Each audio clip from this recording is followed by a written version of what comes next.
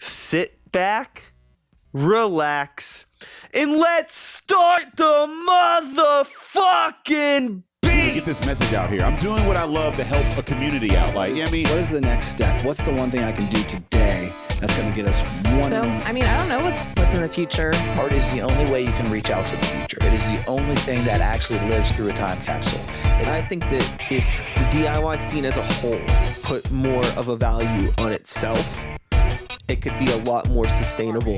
Now, if someone doesn't like it, that's their deal. All right. All right. Happy Thursday. Happy Thursday, yeah. Yeah, a lot of shit going on. We're over the hump. Yeah, we've just been sitting here shoot the shit about everything that I've been doing. Yeah. But we didn't record that, and that's okay, because the shit I wish we would have, though. The shit ain't about me. It's about you. You're right. It was, but I like the even exchange. You know, it's good for your listeners. It's good for me. It's just good it all ain't around. good for them because it wasn't even recording, so they didn't even know what was happening. Well, Monday they got a big surprise coming, but I won't ruin it for you. You know? Well, this is going to be out way after that, so they should already know. So I was glad. You know, we were talking earlier about like give and take, right? And you know, when you said you want to be on the podcast again, it was perfect because I was getting ready to do. I'm stepping back into the music arena. Like we'll just bust that pill open right now, right?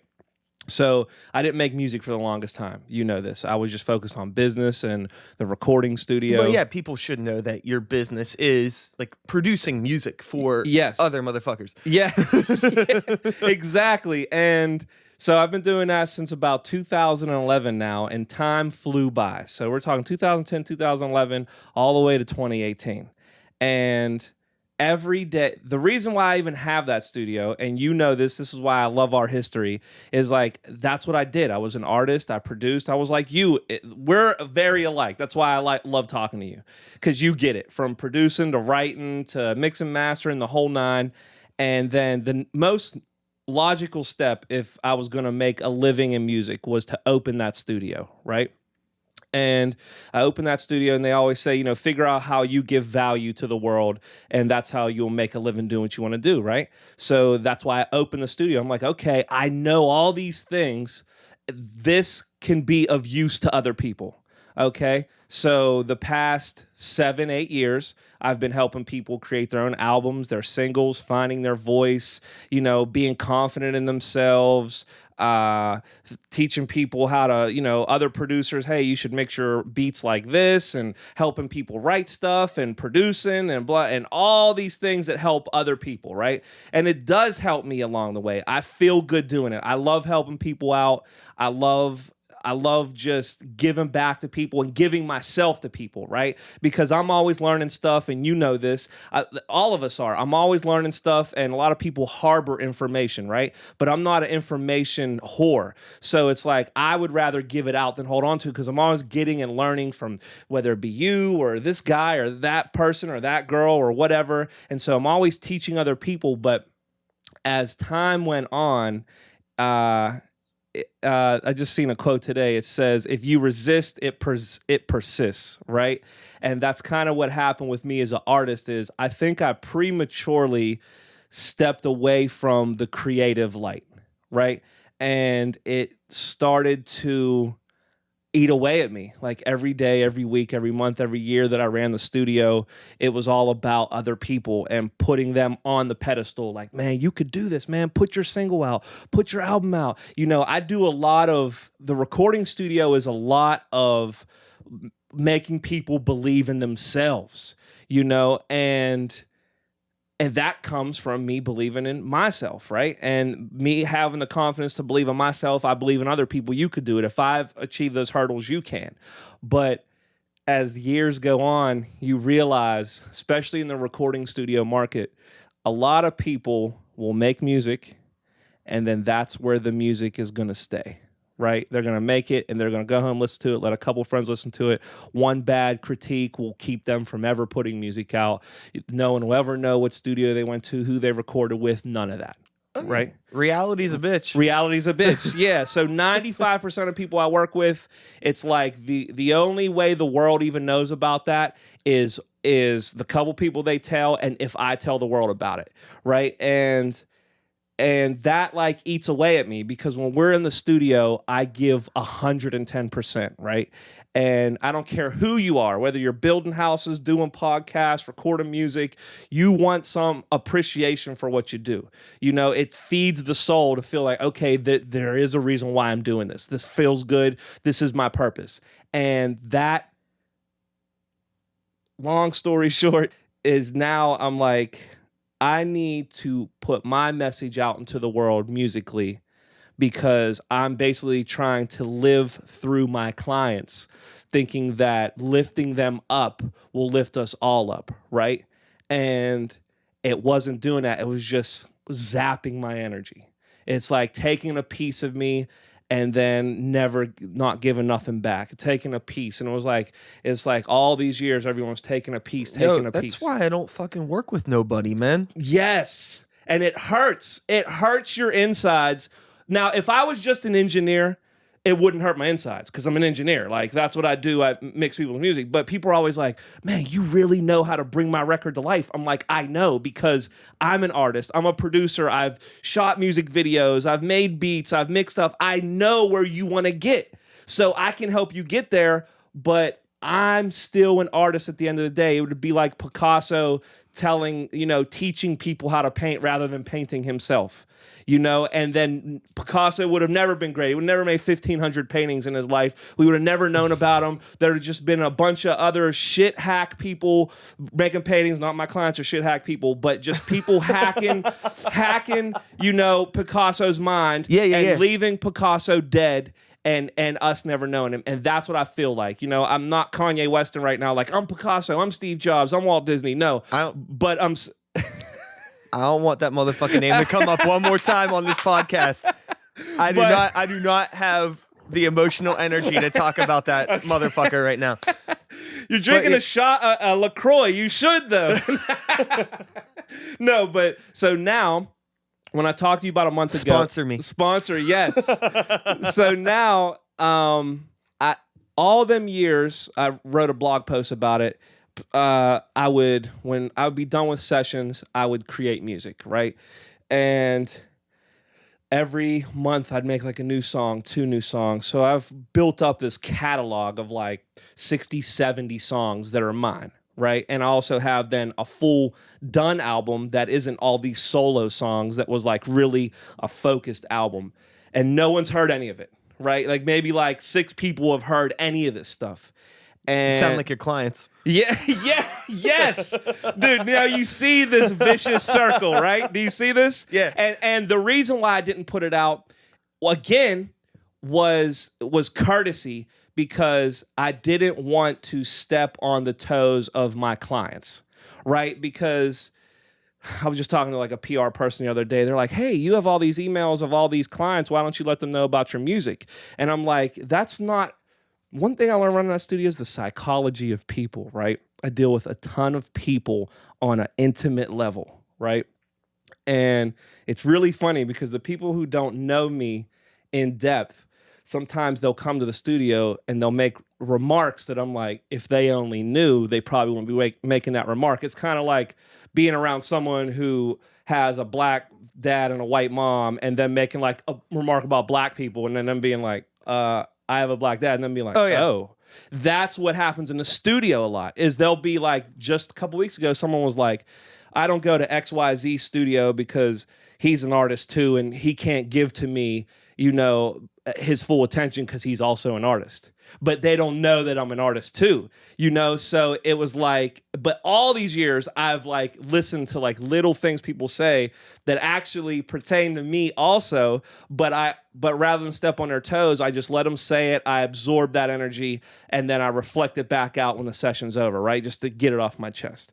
So when you said, hey, if you ever want to be on the podcast, I'm like, this is perfect timing because I'm going to put out this song. This song is called Eulogy. Okay, I shot a video, did the song. We've been doing this since last August. The guy I hired, he's great. He did great work, but it took forever to get the edit of this video done, right? And I really like how it turned out in the end, but I wanted to make sure that when I put it out, I didn't just... I knew that whatever song I put out, I didn't want it to just be like me. again, right? Now, this time I'm being courteous to my listeners and to potential fans. I wanted to make a song that really touched on people who passed away. Like last year, I helped a family get a headstone because their son didn't have a headstone for a few years. So I helped him get a headstone and like did the fundraiser and all that stuff for that. I had, multiple people pass away. So that was kind of like heavy on my mind. So rather than be like, I need to make a song or music that, a lot of people come to me, they're like, you think they'll like this? You think this is, ready for the market or whatever the case may be? I'm like, all right, when I make music now, when I put this stuff out, I'm going to take all these lessons I learned from all these clients, like you learning lessons, I'm sure, from every person that's been on the podcast. And I'm going to try to learn from that stuff when I become an artist, right? Yeah. So I'm like, I know that when I put this song out, it needs to be like completely like what's going on in my brain, not just like trying to cater.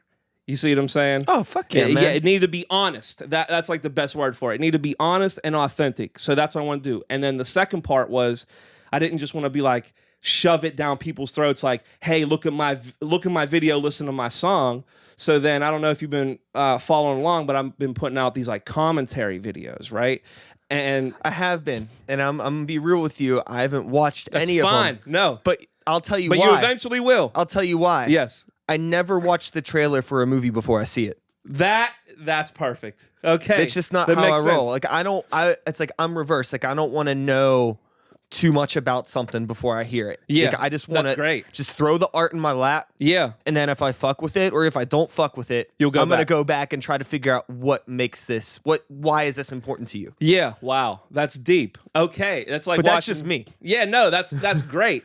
And so that means you'll have a lot of content to go back to if you're really impressed with the final product. But other people are the other way. Other people, you know. They want the hype. Yeah. They want you to build them up. They need the hype. They need the hype. Yes, exactly. And that's what I wanted to do. And that's like Pittsburgh's rap scene to a T. To a T. Nobody will fuck with you until you're on the cover of the city paper. Yes. And shout out Meg. She helped me.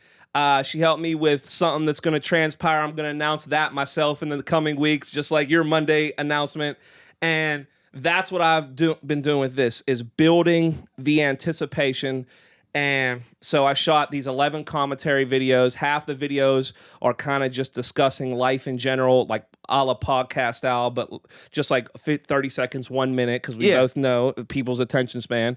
And now the next 6 that I put out, the next round of them are going to be more specific to the actual release. You know, why...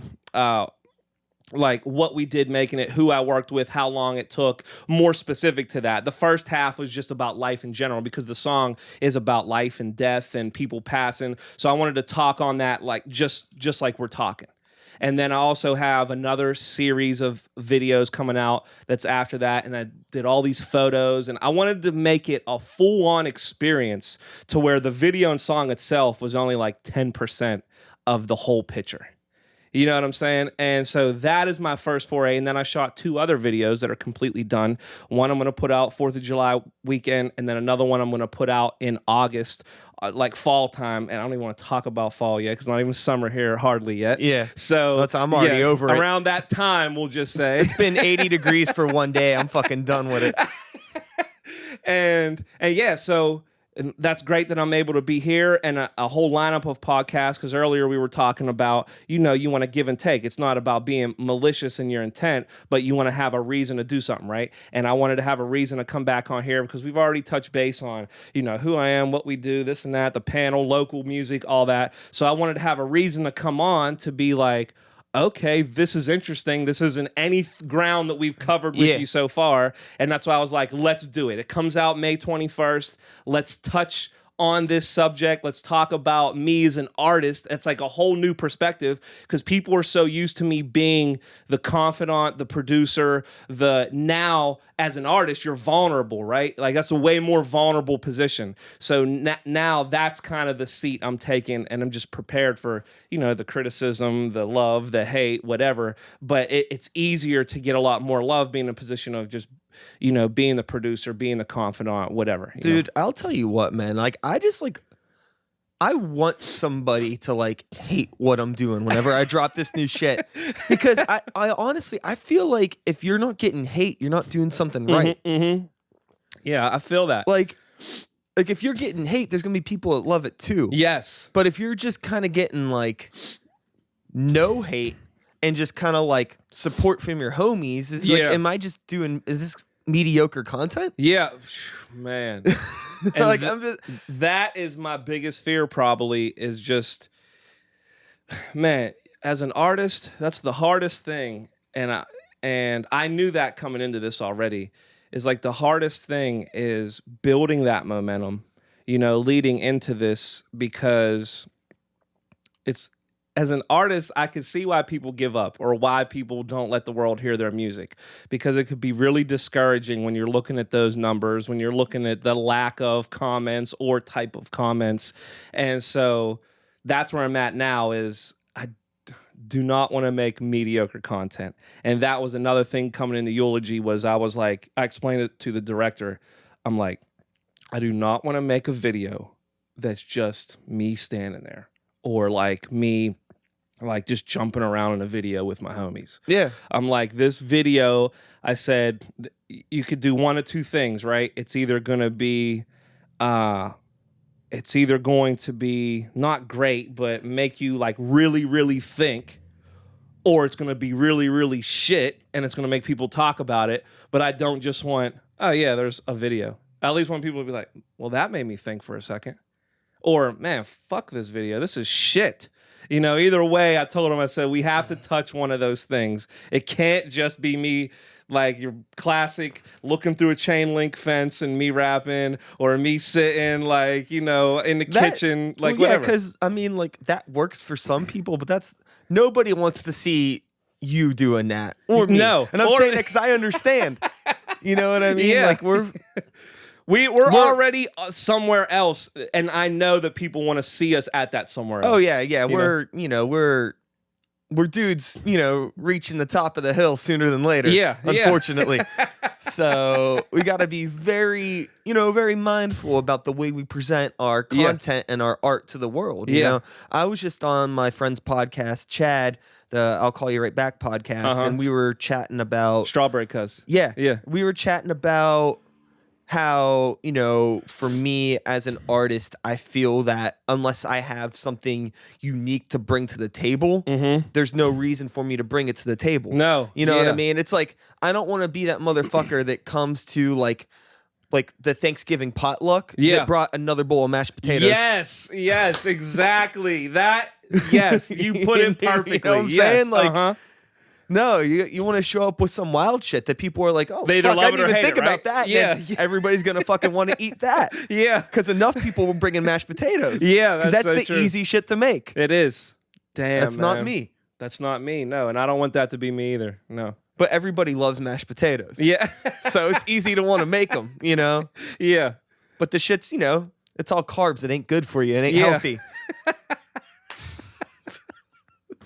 Dude, you put that Just trying to put some perfect. like healthy art into the world, man. Yeah. So a purpose, right? Have a purpose for it. Absolutely. I think even art without purpose still has a purpose, but its purpose isn't art. Its purpose is geared more towards like the aesthetic and culture in a different way. It's like the fashion of the art versus the art of the art. But it's just the fuel of the whole economy and culture of art. It's like, it's not that what you're doing is bad. It's just, you're just feeding the machine, but it's like, I want to like overload the machine every time I do something now, and maybe I'll have some regular things that I put out too.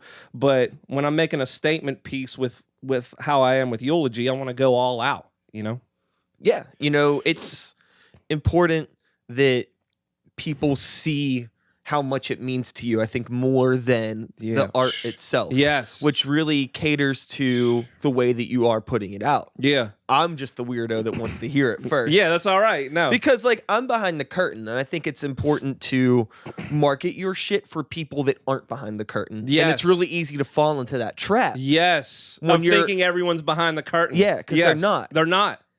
Like, I meet people will be at the studio. People call all the time, and they ask, they go, so what do you do in a recording studio?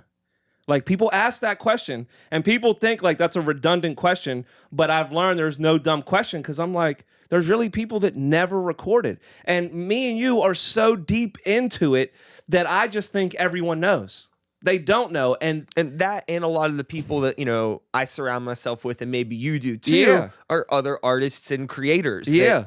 So we're always operating at this level. Yeah. You know, and it's like when you meet people that aren't, they're just on a scale of knowledge of what it is. They're here, you know, sometimes, and a lot of people do this. It's easy to be like, you don't know, you know, and I don't want to be that person. I'm more like, oh, okay, I get it. You've never done this, you know. Even I just read an article the other day, maybe like a couple weeks ago, and it was talking about this same thing, about how you reach a threshold. So if it's just mediocre or shit stuff, people are like okay with that, in a sense where it's okay. People accept it.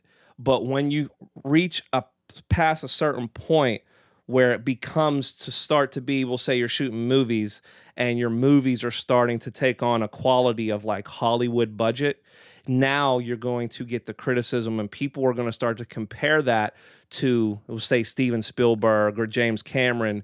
But that's a good sign, because now you've lifted yourself out of the my homies category, and now people are starting to measure you against huge things.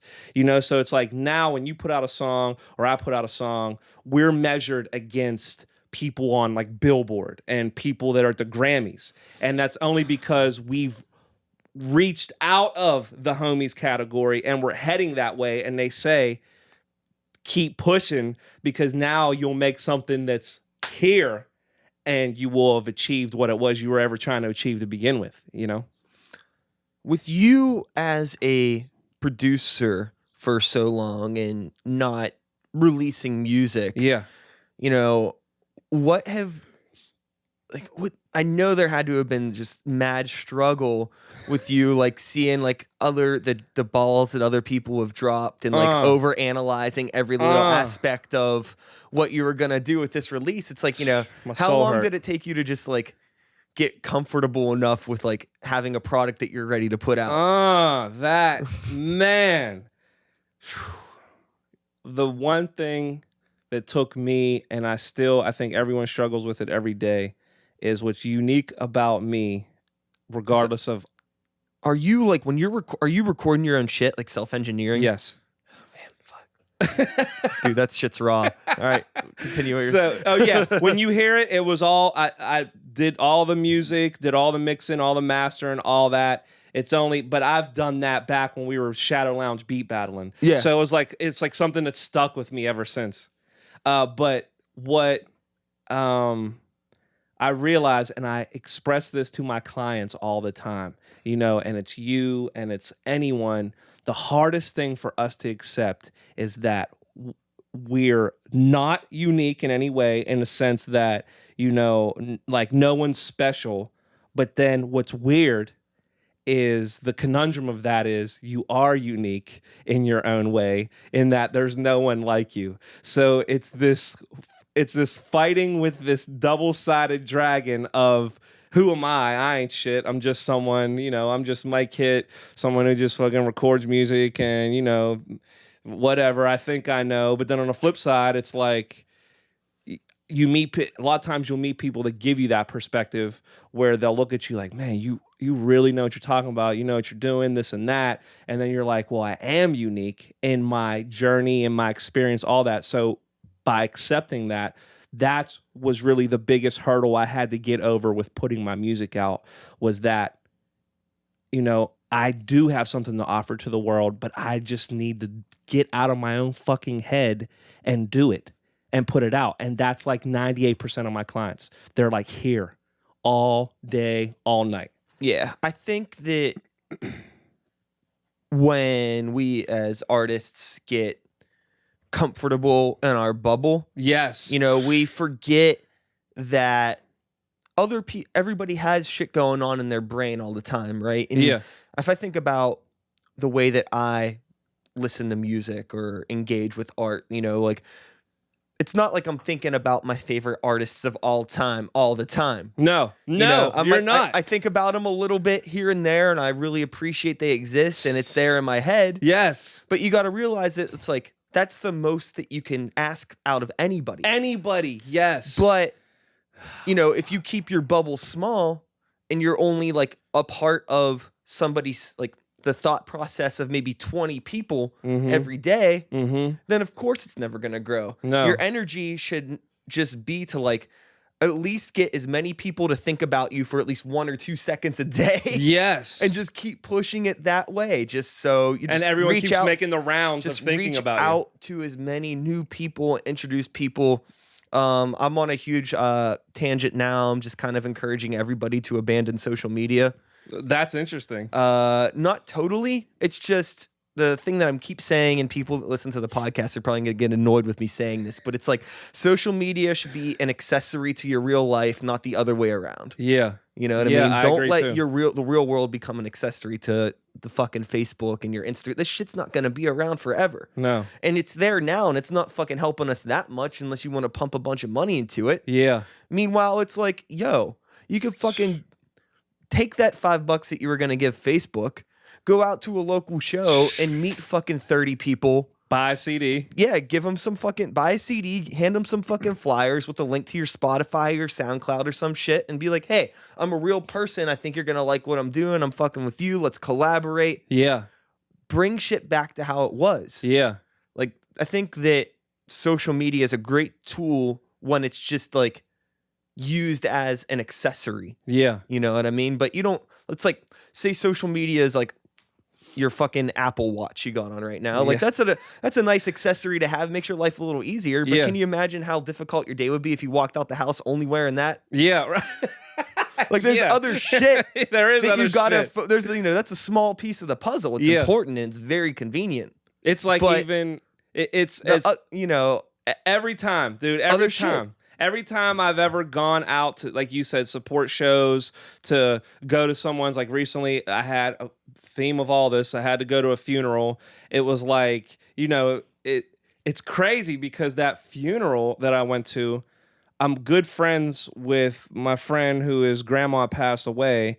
And I went to that funeral and it like brought me closer to all these people, and I could have never did that on social media. And it's not that I went there to do that, but it was like that happening was like, and I always have eye-opening moments where I'm like, man, just being around people is fucking so much better than being online. Yeah. And also another thing I want to stress to any artists or whatever listening is it's like, you gotta be people's friends. You do. Like, Even if your goal, the smallest amount. Yeah, if your goal is just to make fans and not friends, you're gonna have a really hard fucking time. Yeah, fuck, man.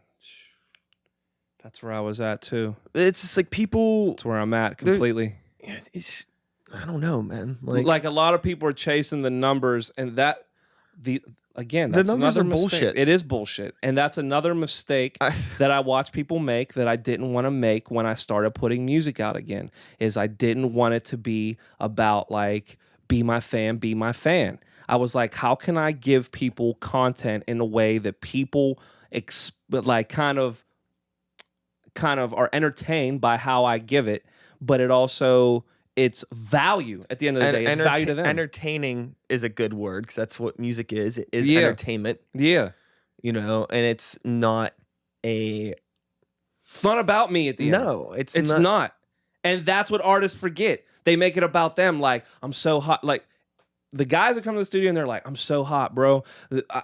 My flows, I got the best beat, this and that. I'm like, you're approaching it wrong. You should be approaching your music in a sense like, yes, authentic and from you, but approaching it like... it's funny. At the same time, are those people reaching out to you to record? Yes. If they were that hot, they wouldn't have to reach out to people to record. Right, yeah. Yeah. You messed me all up with that. I mean, I love the enthusiasm, but it's Me just too. like, come back down to earth, man. Like, a good friend of mine told me this, like, when I first opened the studio, and it just clicked with me the past year when I made this decision to put out my own music, and it was, be the voice for people who don't have a voice. And that doesn't mean just like, it's not me, then that made my approach to music different, because I'm like, okay, we'll just say eulogy is just the example of like, okay, people have lost someone, you know, how can I make a song that like isn't just like, you know, pour out some liquor for my homies, which is fine, but how can I make a song called Eulogy, and eulogy is about, you know, your speech when someone passes away. How can I make this song really work for anyone? Like a mom who lost someone young who lost someone, white, black, Asian, rich, broke. Like, how could I be the voice for people in that situation who don't have that voice? It wasn't just about me. Check out my song. This is my song. Like my song. I'm like, no, I wanted to make something where people are like, man, I feel like if I needed someone to speak on my behalf about this situation, this is the song. And this is the person who did that. It's the same reason we have a president. A president addresses the nation and things like that. You know, we don't got to get into no, that but right yeah, or anyone, you know, or like the CEO of a company has people who, you know, they're their press person. Yeah. You know, like you're able to speak on behalf of someone in a way that resonates with people, and that's what I want to do with my music. And if I'm not doing that, I don't even want to make the music. You know, and it's not that I hate. That's another thing. I want to make this really clear. I also really enjoy recording and mixing music. Like, it's not just a job, and I don't look at these people like you're not doing nothing with your music. I want to make that clear, because I like the building blocks of, hey, it's like to me, it's like a math problem.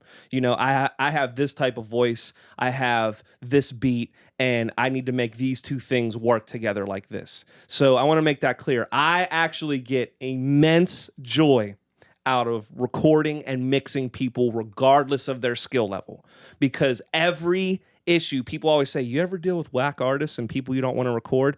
Technically, no. I would not know what I know now if I looked at the equation like that. You know what I mean? Like, well, I don't like the number 2. So like now I'm not going to be able to solve the equation because I'm not using the number 2.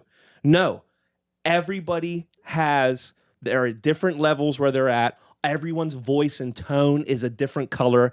All the beats they bring are different tones, different emotions, different everything, all the way down. And I have to try to get their mind and their delivery and their whole spiritual being into this position and then figure out the beat on a sonic level in this position to make it work like this. And I get a fucking thrill out of that. And it's the only reason I've been in business as long as I've been, is because that's what I have a lot of fun doing.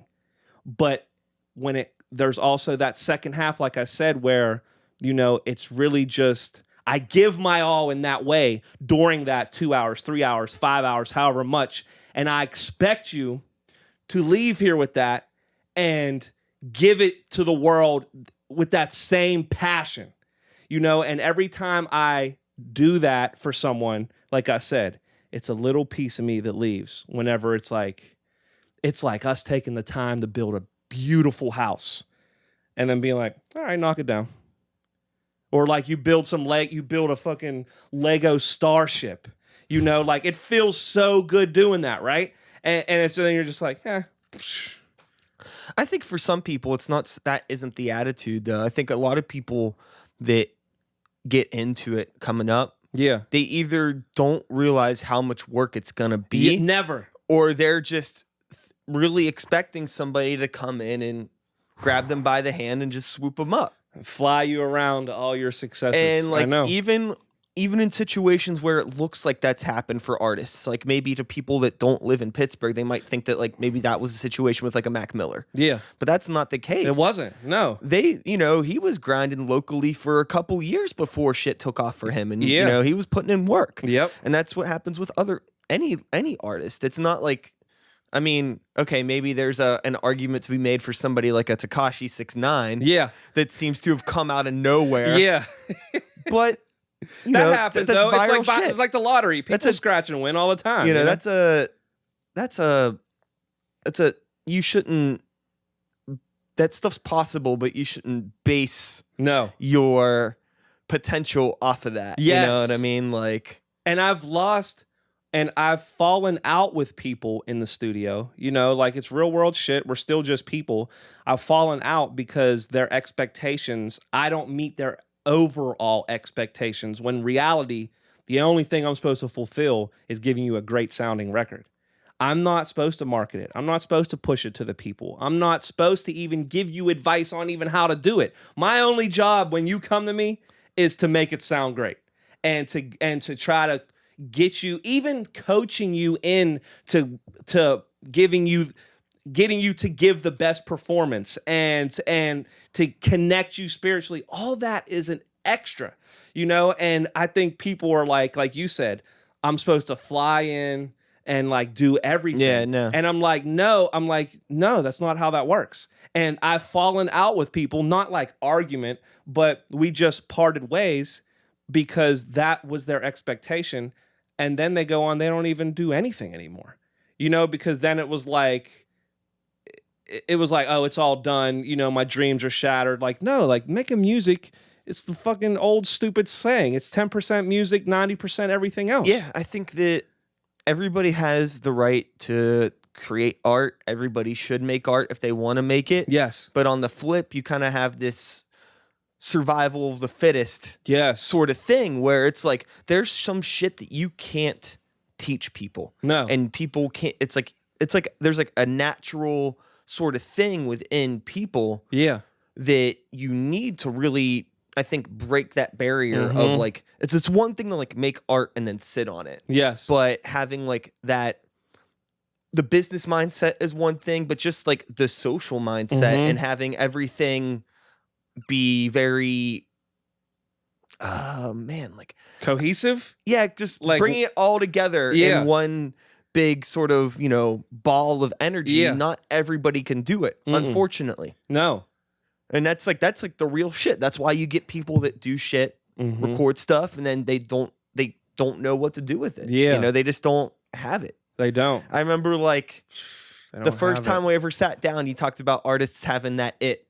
That's remember real. That? And I think that's it. Like some people just don't fucking have it. Yeah. And it doesn't matter like how good their content is. There's so much more that goes into distributing that and getting people to embrace it. Yeah. That doesn't even seem like it should be part of, you don't even think about this shit until you're in it, you know what I mean? And it's changing constantly now.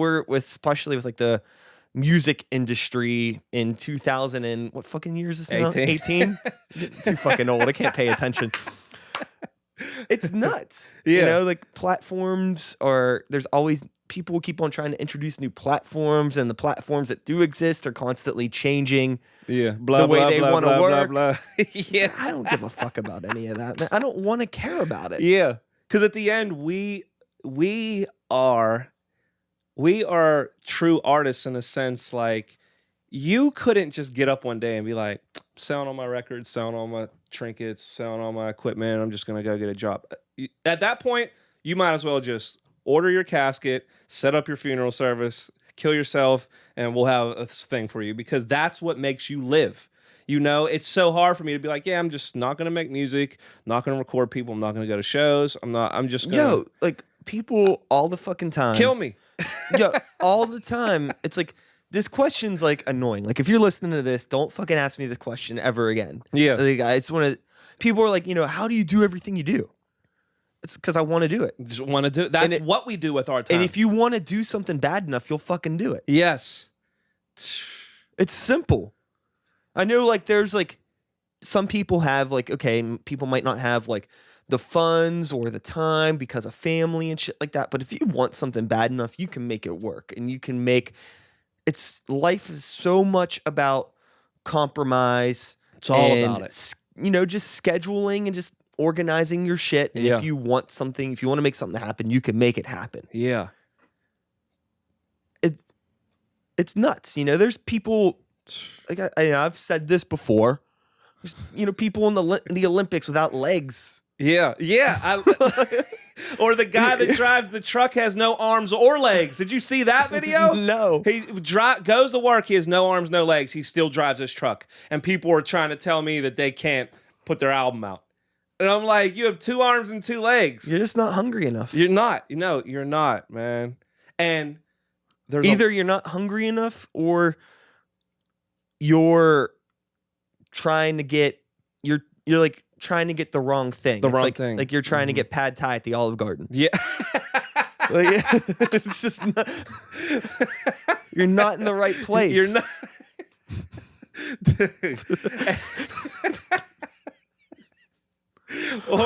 or dude, that's I think people got to understand too, right? They have to find the pleasure in pain, right? There's a lot of pain that you and me go through to see that end result of, the new violence show. Yeah, and that's back to survival of the fittest shit for me. Pain is pleasure some people for me. Can't figure it out, or some people aren't, mentally. I don't want to say mentally strong enough, but I'm going to say that because I don't have time to think of another nicer way to put it. Yeah. They're not mentally strong enough to take criticism and like put it through their Brita filter in their brain to turn it into like something that's productive. Yeah.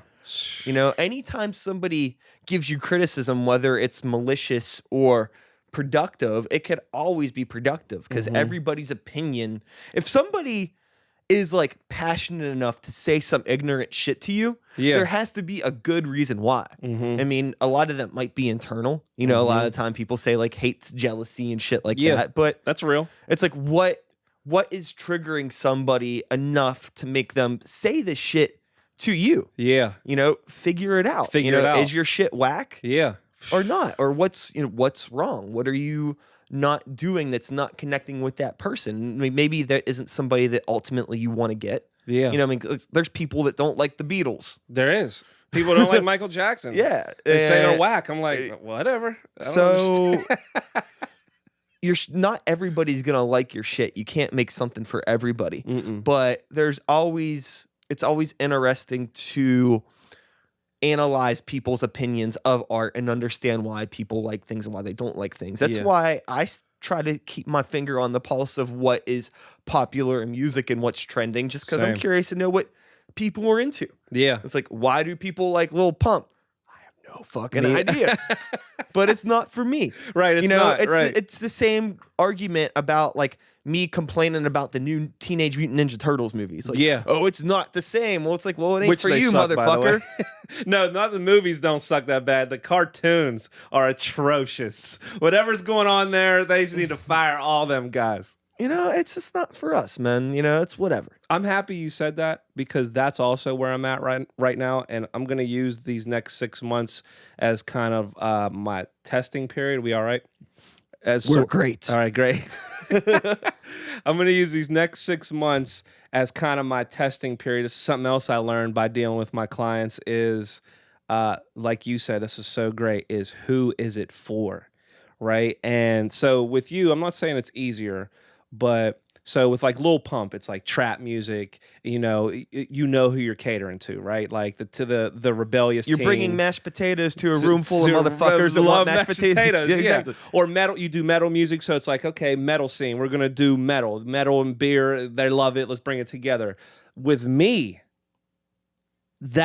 I don't know who my audience is because you know me from being in the scene, right? I'll be at the rap show, I'll be at your show, I'll be at fucking an art gallery, I'll be at the fucking hood place where they're blasting trap music. So and I'm if you're not out somewhere, you're on social media, liking every motherfucking post. Liking posts, and you see even the people that interact with me, like I even try to use my social media as a gauge, and I'm like, everybody's interacting with me. You know what I mean? Like the rappers on the hill, the mother in Bethel Park, the kids that are going to school at the city school. I'm like, who the hell is my audience? And so musically, if I want to do something outside of music, I think it'd be way easier for me because in general, like if I did motivation or something, you just look for people who want to be motivated or something like that. But musically, I'm like, who the hell is my audience now?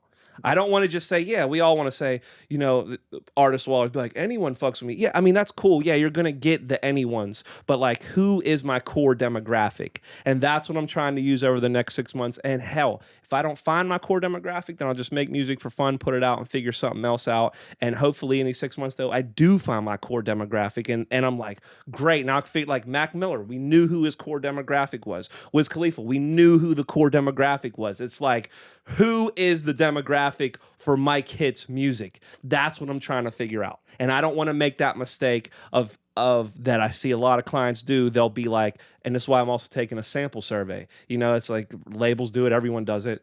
The artists will come to me and they'll be like, they'll say that. They'll be like, who should I market to, or this and that? And I'll be like, you haven't even put out a song yet.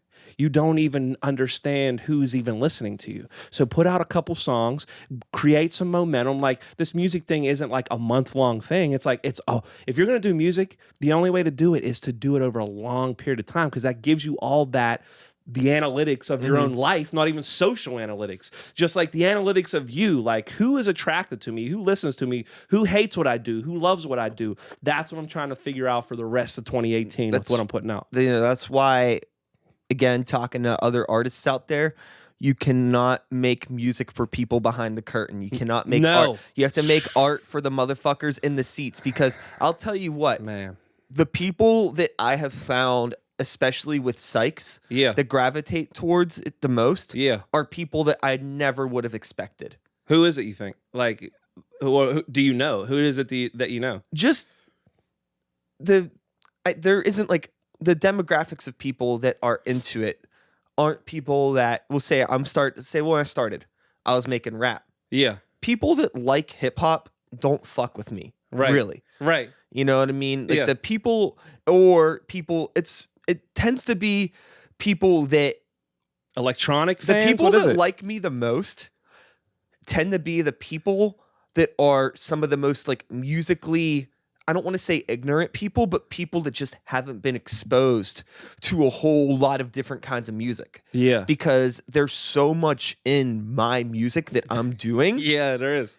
That it just, I get these reactions from people, and I could tell they're like, you know, I've never fucking heard anything like that. And now to put my finger on it. Yeah. And it's like, okay, what do you listen to? And it's like, those are usually the people that only listen to like one or two kinds of music. Yeah. Or people that aren't super like, and people that, again, like a lot of the time, they're people that aren't super embedded in the underground music scene. Yeah. Which is weird. It's like people that just kind of listen to like mainstream popular shit. Yeah. That don't have this like jaded mentality of like, oh, is this underground enough for me? You know what I mean? Yeah. Right. Because like, while I'm an underground artist, I've never really tried to make music that wasn't accessible. Like, I've always wanted to make music that anybody could enjoy if they were interested in hearing, you know, what I have to contribute to the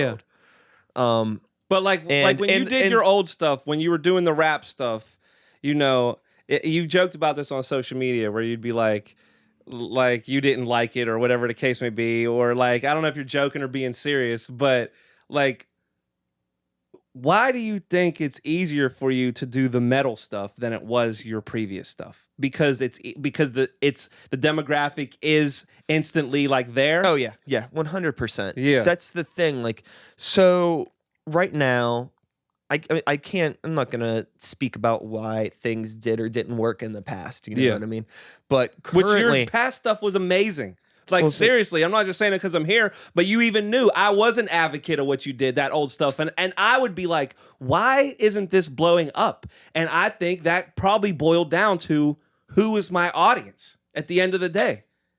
Yeah. You know, I think that there's a combination of not finding my audience and really not knowing how to talk to my audience. Yeah. Even if I found them not knowing how to talk to fucking people. Yeah. You know what I mean? And that's something that over the past few years I've really been focusing on and changing. And now I'm getting this new project together for Sikes, and I feel really confident in it. And I feel like I have a good set of people that I'm gonna push it to. And you know, I'm working on all the same kind of meticulous shit you are, all this behind the scenes stuff. Yeah. So we'll see how it goes. Yeah. You know, all I know You're a is little nervous, aren't you? I'm nervous as fuck, Yeah. man. Yeah, I know. I'm super nervous because Yeah, me too. you know, I don't know what it is.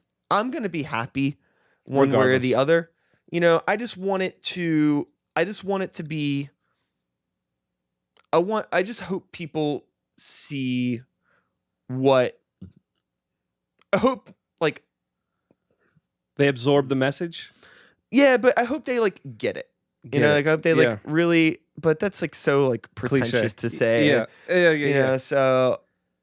No, they'll get it. You want them to just appreciate it. Yeah. You hope that not only here's another thing I've learned, right? You could say, I want to make money off my music, right? Someone pays you $1 for your CD, you've made money off your music. But you want people, and I want people, rather than say, we both want people to appreciate it, but we want to put a number or we want to figure that out, because I think we'll be more satisfied. And that's where I'm at with Eulogy is I'm like, okay, I want to get 1,000 listeners on Spotify within this like 6 months. You know what I mean? I want to do 100,000 views on the video on YouTube, and that will satisfy me, because I can easily say, I want people to see my video. All right, you saw it and Stacy saw it. Good. I met my goals, you know, and that's what we need to do. You and me and anyone making music is set very specific goals. So you'll be like, I did it. Otherwise, you're going to be like, no one appreciated it. Or yeah, some people appreciated it. Yeah. Set the number. I think that I realized I just didn't really answer your question before about the metal versus thing. I think definitely metal, there's just like an ingrained demographic, and it's like really easy to reach out to those people. Even like you could, it's like if you're like the battle rap audience. If you're somebody that like listens to metal, I could see a motherfucker walking down the street and be like, oh, that motherfucker likes metal. Yeah, it's so easy. Yes. But for like, it's a stereotype, but it's like, but for what I do with Sikes, people that are into like, you know, experimental off the grid hip hop, it's like, who are they? Yeah. Like, it could be any what do you look like? It could be that. It could be that same metal motherfucker. Or it could be the 40-year-old lady. It just made me a latte at Starbucks. It could be, yeah. And when she gets off work, she's like this. That's what my fucking fan base is like for Sikes. Like, if I do like a Sikes and New Violent show and we promo it hard, there's gonna be motherfuckers that have like anthrax patches on their fucking jacket to like. To me, I'll be there. To you, to like, you know, someone that just looked like they got off their shift at like J. Jill or some fucking, you know, bullshit mom retail store. You know, like it's all over the place. I can't predict it, and I think it's beautiful. Yeah, but it makes it harder too. I can make music that you know reaches out like that. But at the same time, it does make it more complicated. Granted, those are things that I'm focusing on a lot more with this new project. Like this album, not to talk about me too much, but since you're here and we're already 53 minutes in, so you got your point across anyways. And anybody that's still listening, you're great. But this is probably like my most focused group of songs, like ever. I believe it. And because everything was, instead of it being like a collection of songs, it was written over like a span of time. Like everything was put together in a really condensed short amount of time. And has a sound. Yeah, it definitely has a sound, and like down to like dumb shit. Like I didn't curse once on the record. Good for you. You know, like, cause it's like, I want to be able to do shit like, it's like the music's weird enough that I want to be able to like play some grimy ass show and like be like, whoa, this is weird. Yeah. But I also want to be like the motherfucker on stage at the arts festival. Yes. Because I don't feel like hip hop or like alternative subgenres of music really get their spot in the limelight in those types of events, because a lot of the time the artists just want to make it so abrasive that it can't be embraced by the public. And I'm kind of like, fuck that. Like, you don't need to be so aggressive that like you pigeonhole yourself into this niche. It's like, I don't want to be pigeonholed in a niche of like kids that I wouldn't want to hang out with anyways, that are in their like late teens, early 20s. I'm in my 30s. It's like, which you're still young, by the way. I'm not going to be, I don't want to, but that's the thing. It's like, I'm going to keep getting older. Yeah. And I don't want to be the fucking dude pushing 40 playing shows in a basement because those are the only motherfuckers that want to hear my weird abrasive shit. Damn. It's like, I want to make music for people that are going to listen to it, but I want to be able to expose some weird shit to people, but be able to do it on a platform that is more public. So I'm just thinking about this shit. And like, it's like, it's not going to happen with Greywalker, unfortunately. It's too, but that's still why we do, you know, the community events and things that we were talking about off the mic that we're going to be working on. It's like, I think people get what we're doing, and we're nice people. You know, we're a metal band, but we're far from angry or unapproachable. You know, but every metal band was really nice. Like when I go to Brutal, like everyone's fucking awesome for real. So, but I mean, like ultimately with that music, it's always going to be sonically too much for something like Arts Festival. Just using the Arts Festival as a generic blanket. Yeah. But with something like with Sikes, I think there's a really good opportunity to cross that barrier. To cross that barrier, and at the same time, I try to push the genre of hip hop a couple steps forward. I feel like that's something that I've always been trying to do. And like with one way or another, I feel like maybe I've gotten some flack for that, you know, like what you're doing isn't really hip hop, you know, like 5-6 years ago when I'm yelling and shit like that, and I was a little angrier. Yeah. Flash forward to now, what does every motherfucker sound like? Angry. Everybody's fucking yelling and angry. Tekashi and all 6ix9ine's even yelling. It's just like, granted, I didn't sound like that, and I'm not saying I was doing that before them. Yeah. But that's why you can't fucking doubt yourself and just be you. And be you. A lot of it is just time and place. It is. But that's on a big scale. You know, you don't always got to be focused on that big scale, you know? So for me, I just want to be able to share my music with as many people as possible and get people introduced into like some off the grid shit. Because if they fuck with what I'm doing, then maybe they'll dig a little deeper, and then maybe they can go to some basement shows on their own and see that weird shit. But like, I'm over that. Like, I just want a bigger platform. 2 points. I know we're running late here. I don't give a fuck. I gotta say this. These are two things. One is that's where I'm at the same way, right?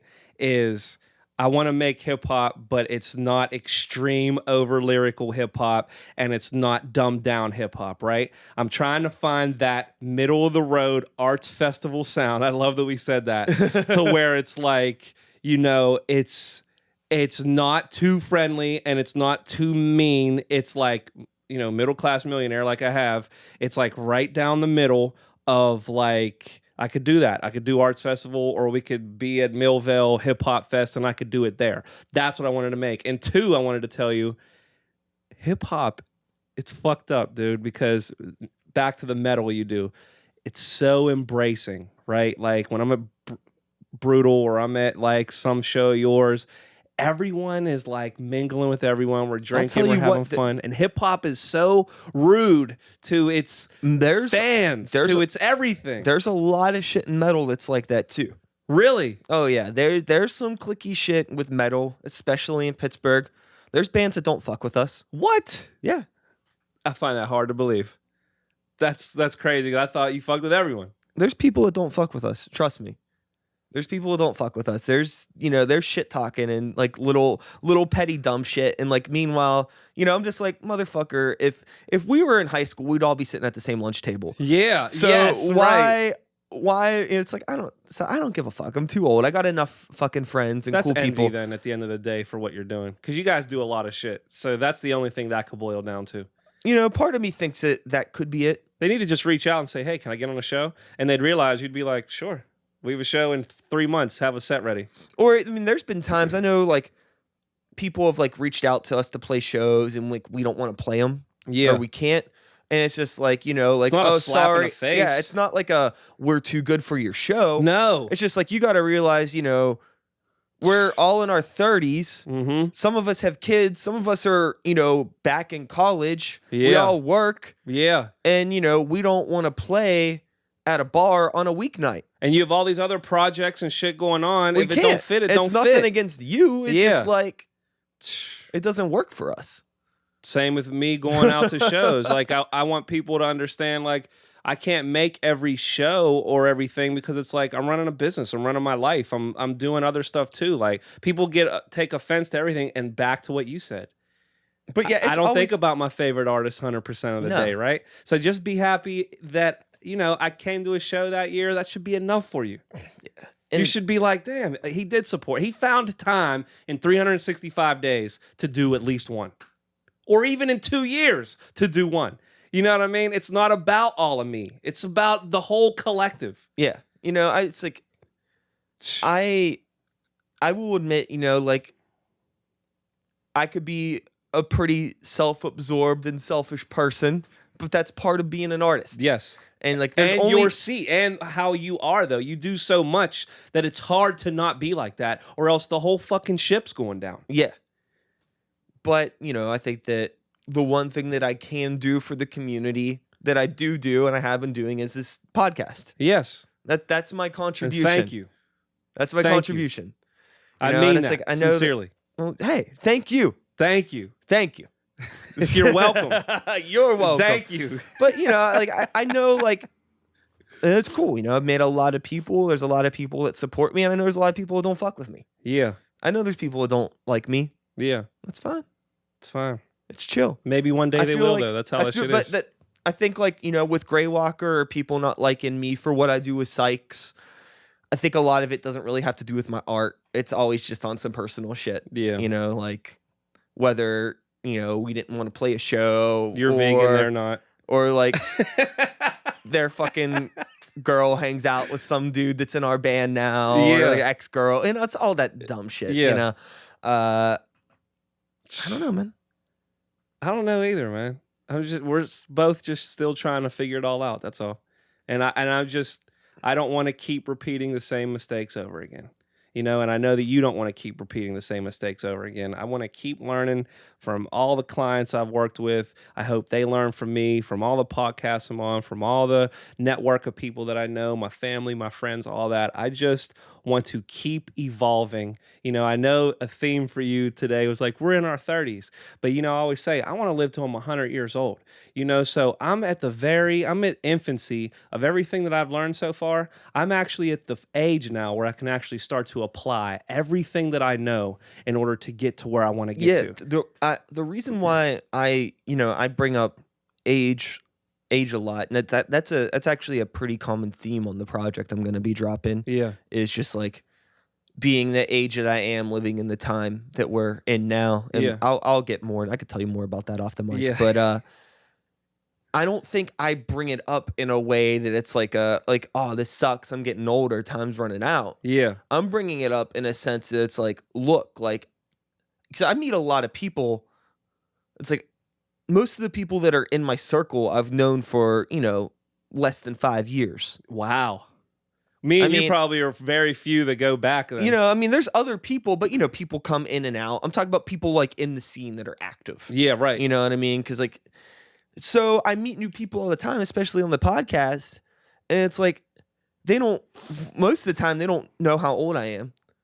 And then 2, it's like they have no idea the history that I have or how long I've been doing shit. No. So it's just kind of like you're just some punk kid. If I'm like expressing something to you or trying to drop some knowledge, I'm not saying that I know everything, but I definitely have a shit ton of experience, and I'm just trying to help you out. Yeah. Because I wasted, unfortunately, a lot of time, I was not believing in myself. I think I was always like doing good art, but I was so hesitant to put stuff out there. You know what I mean? Dude. That's our biggest enemy. Oh my God. It was like being in my head, and just also like not knowing how to get the words out of my mouth that I wanted to, or know how to talk to people in the right way. Yeah. Or, how to just... How to be confident in yourself. How to be confident in yourself, and how to effortlessly get people to be confident in you. Man. Takes a long time to get there, though. Like, I think you're there. I'm there now. I think that's something that people underestimate. Like a Tekashi 6ix9ine, he made people effortlessly believe in him because of that aura. People don't understand that superstars let off that aura. It's that big energy, whether you see him on a screen, you're in a room with them, whether it be country music, metal music, rap music, movie stars, whatever. I feel like there was with a Tekashi 6ix9ine, and we'll wrap it on this where we are. Right. We're over an hour. All right. But this is probably going to end up being like a 20-minute chunk anyways, by the time we get done with it. So I'm thinking about, when you groom and prep a new artist, like somebody like Tekashi 6ix9ine, obviously, there's people in his court that are not new to the game. There's people behind him that have been probably in this shit since there is Biggie days, Death Row days, you know what I mean? Old heads. Yeah. And I think that it was just we got a good package here. We got an image. We know the songs don't matter that much. So we could put together some wild shit, get you some good visuals, and then here's a checklist. Instead of a checklist of all the places where you need to appear to get your name out there. Complex. Double Breakfast XL. Club. Yeah. Just check all that shit off. Just go straight there. Yeah. You know what I mean? We have the influence and we the have push. the budget, the influence, and the push. Yeah, but that's on some other shit that you can't, as a starting up artist, you can't put yourself out there like that. You can't. Unless you already know those motherfuckers. Know them, yes. Or your budget is crazy. I got $100,000 just to blow in my career. You could be famous. $100,000, the 2 Chainz story, how he took $10,000 and matched at the time, I guess it was Warner, and they put up the other $40,000 for $50,000 promotional budget. Me and you know damn well 99.9% of artists ain't being I'll take a chance with $10,000. Well, even 2 Chainz wasn't new. No, he wasn't Titty new. Boy. Yes, he knew the people. He had a ton of experience Being Titty and hustle in the game prior. Yeah. Yep. And made a lot of connections and had road experience, studio experience, and all those things. So don't put yourself. That's what I'm trying to do with this, man. That's what I am doing. It looks like what you're doing too. Is I'm just putting myself in my own shoes, no one else's shoes, and I'm just using all my experience, all my everything to kind of what is the Mike Hitt path? What is the Sikes path? That's where we're at now, and that's where I say, man. We are just now, you and me, we are just now able. We just now learned our superpowers. It's like a comic book. We just figured out how to use these powers. Now it's time to go out in the world and make a change. Man. So, when is Eulogy dropping again? Eulogy. Monday, May 21st, 2018. It'll be on all major platforms. It's already for pre-order on iTunes. It'll be on Spotify, the whole 9, the videos. And I used to go under Hit of MCM for everything that I've done. It's just Mike Hitt now. I'm going flat Mike Hitt. So any of my old music, Hit of MCM, it's and this is really funny because Eulogy, I didn't mean for this at the time, but I'm aware of the universe's message to where this is kind of the death of the old me and the birth of the new me. All my information, all my influence, all my network, the music that I've made, now just embracing, I am Mike Hitt. This is who I am. This is what I'm doing. I don't have to hide behind a label, a name or a brand, whatever. I'm Mike Hitt. There's MCM, but there's always going to be MCM, but I'm Mike Hitt. And, we talked about on this podcast. I'm going to be on about 5 other podcasts. I got some other things lined up, so I'm just trying to make May as big of a snowball as possible leading up to it. And then I hope you enjoyed enough to go back and look at all the other content. Yeah, man. Definitely check it out. And I appreciate you. Did I reach? Have I been the most appearances on your podcast? I feel like I have. It's like my 4th appearance. It's your 3rd. 3rd. So I had the first one, and I had the panel. Okay, that's right.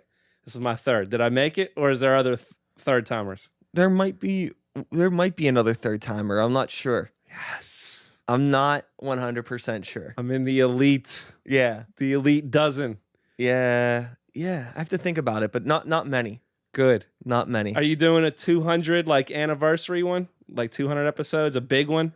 I don't know, man. I do want to do another live event. I'd put out some feelers on social media about it, and a lot of people said that they'd be into it. Yeah. I think it's more or less a matter for me to find a proper venue to do it. Be a lot of people there. Yeah, maybe not. Because a lot of people, maybe not. A lot of people like to say shit. Yeah.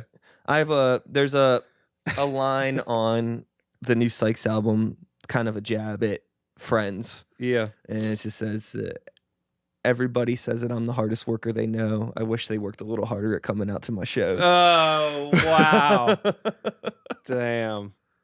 No diss. We still love all you guys. Yeah. And that was actually another thing that I wanted to bring up was in that same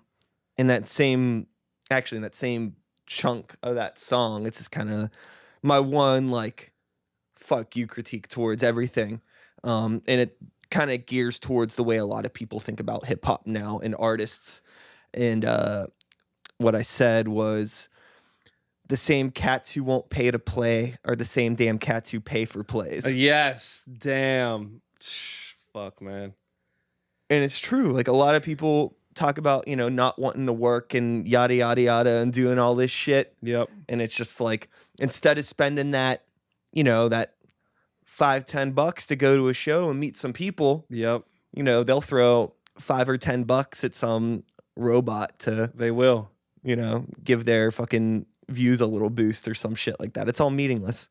And that's I've met motherfuckers that have been oh, you rap, and I'm like, yeah, I do rap. And there's just oh, word, yeah, I got a SoundCloud song, got 10,000 hits. I'm 10,000 people didn't listen to your fucking song. You're okay. If 10,000 people listen to your song, you wouldn't have to tell me that. No, right. But just like the people that are if they were the hottest shit, they wouldn't have to reach out to you to record some shit. There'd be people, but that's not a diss on you or a diss on them, no, but it's just. But this is something I've learned. This is something else I've learned. Is 8 billion people is a lot of fucking people. And there are people that are popping that I'm I've never heard of this person. Yeah. No way. Yeah. You know what I mean? So I always try to look at it as maybe they are popping, but it's just in a piece. For as much as we're one earth and globe and people, it's almost like we're different universes. The Sikes thing is its own thing. The Hitt thing's its own thing. And it's and that's the way it's supposed to be. Yeah. That's what makes the world beautiful. Yeah. That it's everybody has the space to create. You know what I mean? And instead of trying to figure out how you're gonna infiltrate and take over somebody else's scene or culture, Mm-hmm. my thing with Sikes, I figured out, since I can't figure out who the fuck likes my shit, I'm just gonna make my own bubble. Yeah. And make it my own little weird world. Yeah. You know what I mean? Sikes' weird world. It's I've been thinking a lot about the Talking Heads. Mm-hmm. And it's you think about, they're a band that it's who the fuck do the Talking Heads sound like? They sound like the Talking Heads. Yeah. I'm not saying that Sikes and the New Violence is the Talking Heads by any means, but they had their own visual image and their own audio thing, and they just did their own fucking thing. Yeah. Damn. It didn't fucking matter. And they made a living and they do it. Yeah, there's been other artists that have done the same shit as that throughout the years too, and that's the path that I want to take. Yeah. Rather than lots of people do that. Though. Yeah. Yeah. People don't even know. I know people don't know who Tech Nine is.